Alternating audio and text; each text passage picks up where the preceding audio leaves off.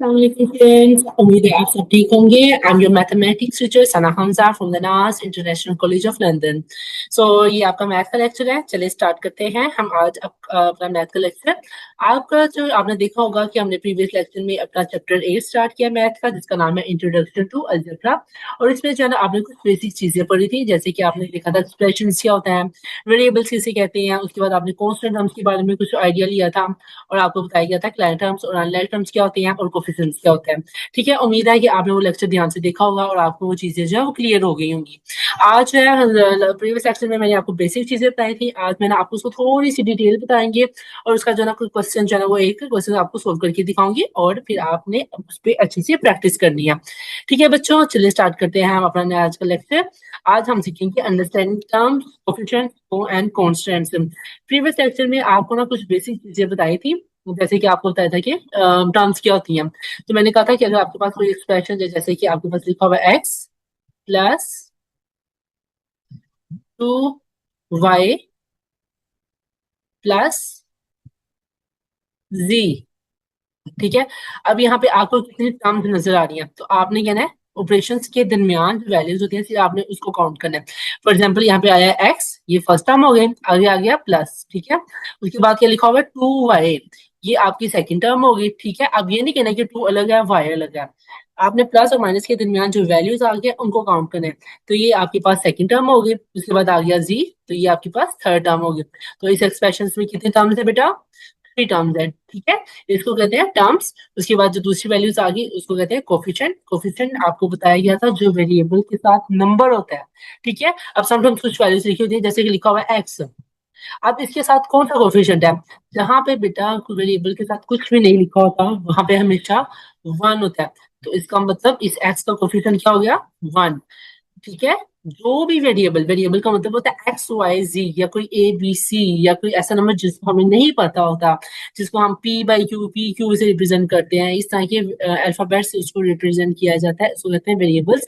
उसके साथ जो नंबर लिखा होता है ना उसको आप कहते हैं वो आपका कोफिशिएंट है। ठीक है, उसके बाद आपके पास ये वैल्यू आ गई कांस्टेंट। कांस्टेंट कहते हैं फॉर एग्जांपल अगर आपके पास एक टर्म है एक्स प्लस वन, अब मैं इसमें कह रही हूँ कि मुझे बताइए कांस्टेंट क्या है।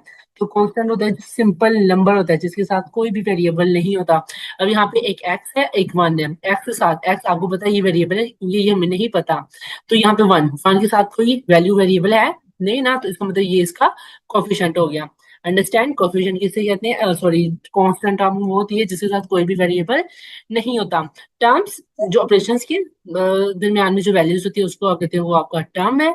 कोफिशिएंट जो वेरिएबल के साथ नंबर लिखा होता है, और कांस्टेंट टर्म वो होती है जो कि सिंपल नंबर होता है जिसके साथ कोई वेरिएबल नहीं होता। ठीक है बच्चों, अब आपके पास ये कुछ एक्सप्रेशंस है, यहाँ से हम जो है ना इन तीनों चीजों के बारे में थोड़ी डिटेल पढ़ते हैं। अब हम देखते हैं हमारे एक्सप्रेशन। अब यहाँ पे लिखा हुआ है एक्स, अब मुझे बताइए इस एक्स में कितनी टर्म्स हैं? तो आपको एक ही नजर आ रही है ना कि कितनी टर्म हो गई? One term. अब मुझे बताइए इसका कोफिशिएंट क्या है? एक्स के साथ कोई आपको नंबर नजर आ रहा है? नहीं, और जहां कुछ नहीं होता वहां पे क्या होता है? वन। इसका मतलब यहाँ पे कोफिशिएंट कितना हो गया? वन। उसके बाद हम वेरिएबल, यहाँ पे कितने वेरिएबल्स आपको नजर आ रहे हैं? एक ही है, जो कौन सा एक्स, वो हमने यहाँ पे लिख दिया। ठीक है, ये बस आपको ना समझाने के लिए, थोड़ा सा कॉन्सेप्ट देने के लिए ना बड़ी बड़ी चीजें जो है ना मैं आपसे पूछ रही हूँ। अब यहाँ पे देखिए लिखा हुआ है टू है, कितनी टर्म्स है? टू और वाई दो नंबर लिखे हुए हैं, कितने टर्म्स है बेटा? तो नाम में कोई प्लस माइनस का साइन नहीं है ना, इसका मतलब एक ही टर्म है। ठीक है, तो टर्म कितनी है? एक। ये इन्होंने ना लिखा हुआ है गलती से टर्म टू है, ठीक है, टर्म वन है, एक ही टर्म है इधर। उसके बाद कोफिशिएंट क्या है? वेरिएबल के साथ कौन सा नंबर लिखा हुआ है? टू, आपने यहाँ पे लिख देना है टू। उसके बाद वेरिएबल यहाँ पे क्या है? वाई, वो यहाँ पे आ गया। ठीक है, अब यहाँ पे एक नंबर लिखा हुआ है फाइव, यहाँ पे मुझे बताएं कितनी टर्म्स आपको नजर आ रही है? एक ही टर्म है। ठीक है, और वो कौन सी टर्म है? कांस्टेंट। कांस्टेंट टर्म कौन कौन सी होती है? जिसके साथ कोई भी वेरिएबल नहीं होता। अंडरस्टैंड, उसके बाद ये हो गया एक ही टर्म है आपके पास। उसके बाद इसमें इसका कोफिशिएंट कोई भी नहीं है क्योंकि वेरिएबल ही नहीं है, तो कोफिशिएंट कहाँ से आएगा? And the variable is none. समझ आ गया? आपका टर्म्स, कोफिशिएंट और कांस्टेंट, इन तीनों का कॉन्सेप्ट जो है ना वो क्लियर होना चाहिए। उसके बाद नीचे देखिए आपके पास लिखा हुआ है लाइक टर्म्स और अनलाइक टर्म्स। बेटा लाइक टर्म्स वो होती हैं जो सेम होती हैं और इवन की उसकी पावर भी सेम हो, फिर आप जो है ना उनको प्लस और माइनस जो है ना वो इजीली कर सकते हैं। उसके बाद जो अनलाइक टर्म्स होते हैं जैसे कि एक्स वाई, तो डिफरेंट टर्म्स हैं, तो आप इनको ना प्लस भी नहीं कर सकते। तो ये हो गया आपके पास अनलाइक टर्म्स। ठीक है बेटा, एक मैंने ये सूझ रेस कर दूं फिर हम चलते हैं आगे। ओके, ये हो गया। चलिए, अब देखिए लाइक और अनटाइम लाइक अनलाइक टर्म में क्या लिखा हुआ है। The term that has same variable raised to the same power they can be added और सब्ट्रैक्ट। ठीक है, अब इसका क्या मतलब हुआ। फॉर एग्जाम्पल मैं कहती हूँ मेरे पास एक वेरिएबल है एक्स, एक वेरिएबल है मेरे पास एक्स, और उसकी जो है ना वो पावर जो है ना वो आ गई 2। ठीक है, अब ये जो है ना इसकी पावर 2 है, इसकी पावर 1 है, इसको भी जो है ना वो हम प्लस नहीं कर सकते, क्योंकि ये जो है ना लाइक टर्म नहीं है। बेशक वेरिएबल आपका एक्स है, लेकिन इसकी पावर तो चेंज है ना, तो पावर लाइक टर्म्स वो होती है जो पावर भी सेम होती है। और अनलाइक टर्म्स जो आपके पास डिफरेंट वेरिएबल्स होते हैं और डिफरेंट टर्म्स होती हैं, वो आप कहते हैं वो आपके अनलाइक टर्म्स है।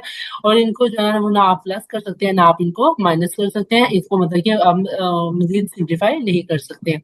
अब चलिए हम चलते हैं हम अपनी एक्सरसाइज की तरफ। एक्सरसाइज 8.1, यहाँ पे कुछ एक्टिविटीज हैं। ये एक एक्टिविटी मैं आपको करवा देती हूँ, जो बाकी एक्टिविटीज है वो आपने खुद करनी है। ठीक है, एक्टिविटीज में ये है कि आपने इसको ना अलजबरा में कन्वर्ट करना है, यानी कि आपने इसको एक्सप्रेशंस में कन्वर्ट करना है। आपके पास एक स्टेटमेंट लिखी हुई है, आपने इसमें से इक्वेशन बनानी है या एक्सप्रेशन बनाना है, सॉरी। तो सबसे पहले क्या लिखा हुआ है, शॉपिंग बास्केट। मैं आपको ना शॉपिंग बास्केट वाली करवा देती हूँ।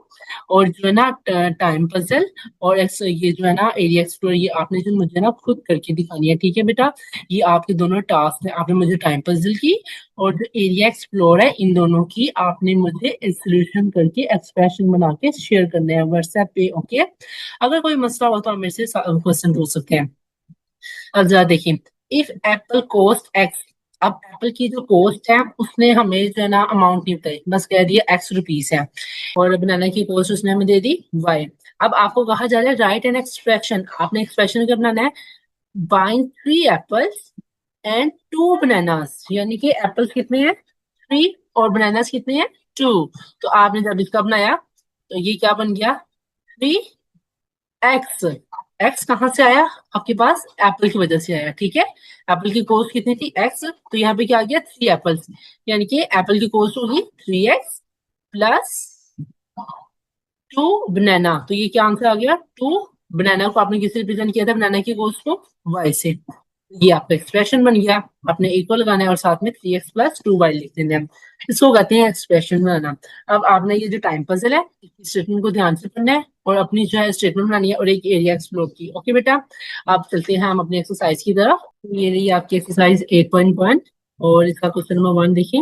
आपको जो है वर्ड की फॉर्म में कुछ नंबर्स दिए गए हैं या कुछ एक्सप्रेशन दिए गए हैं, और आपने क्या करना है इसको मैथमेटिकली फॉर्म में है ना इसका एक्सप्रेशन बनाना है।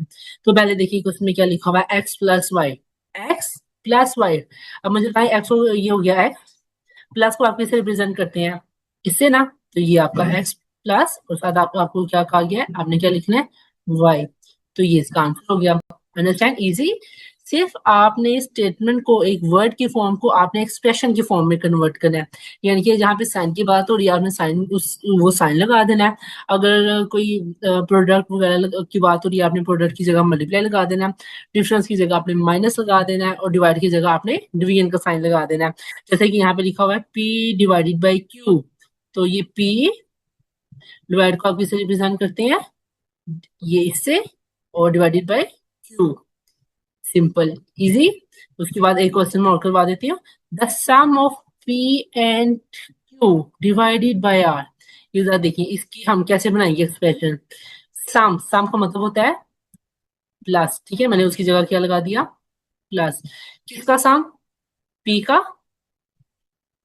और Q का। ठीक है, मैंने इन दोनों को कर दिया सम। वो क्या कर रहे हैं, डिवाइड कर रहे हैं किसके साथ, R। तो डिवाइड को हम किससे रिप्रेजेंट करते हैं, इससे। ये दोनों डिवाइडेड हो रहे हैं R के साथ। ठीक है, और ये हो गया R के साथ। तो सिंपल से एक्सप्रेशन बन गया आपके पास। इसको कहते हैं वर्ड से एक्सप्रेशन की फॉर्म में कन्वर्ट करना। तो आज के लिए जो है इतना काफी है, मैंने आपको ये 3 क्वेश्चन करवा दिए हैं। जो रिमेनिंग क्वेश्चन है वो आपने खुद करने हैं, सिंपल वही है। बस आपने ना ध्यान रखना है कि आपने किस स्टेटमेंट आपको क्या कह रही है। अगर फिर भी कहाँ से किसी कोई मसला हो तो आप मेरे से कमेंट में पूछ सकते हैं। वीडियो अच्छी लगी तो इसको लाइक करें और subscribe our channel. Allah Hafiz.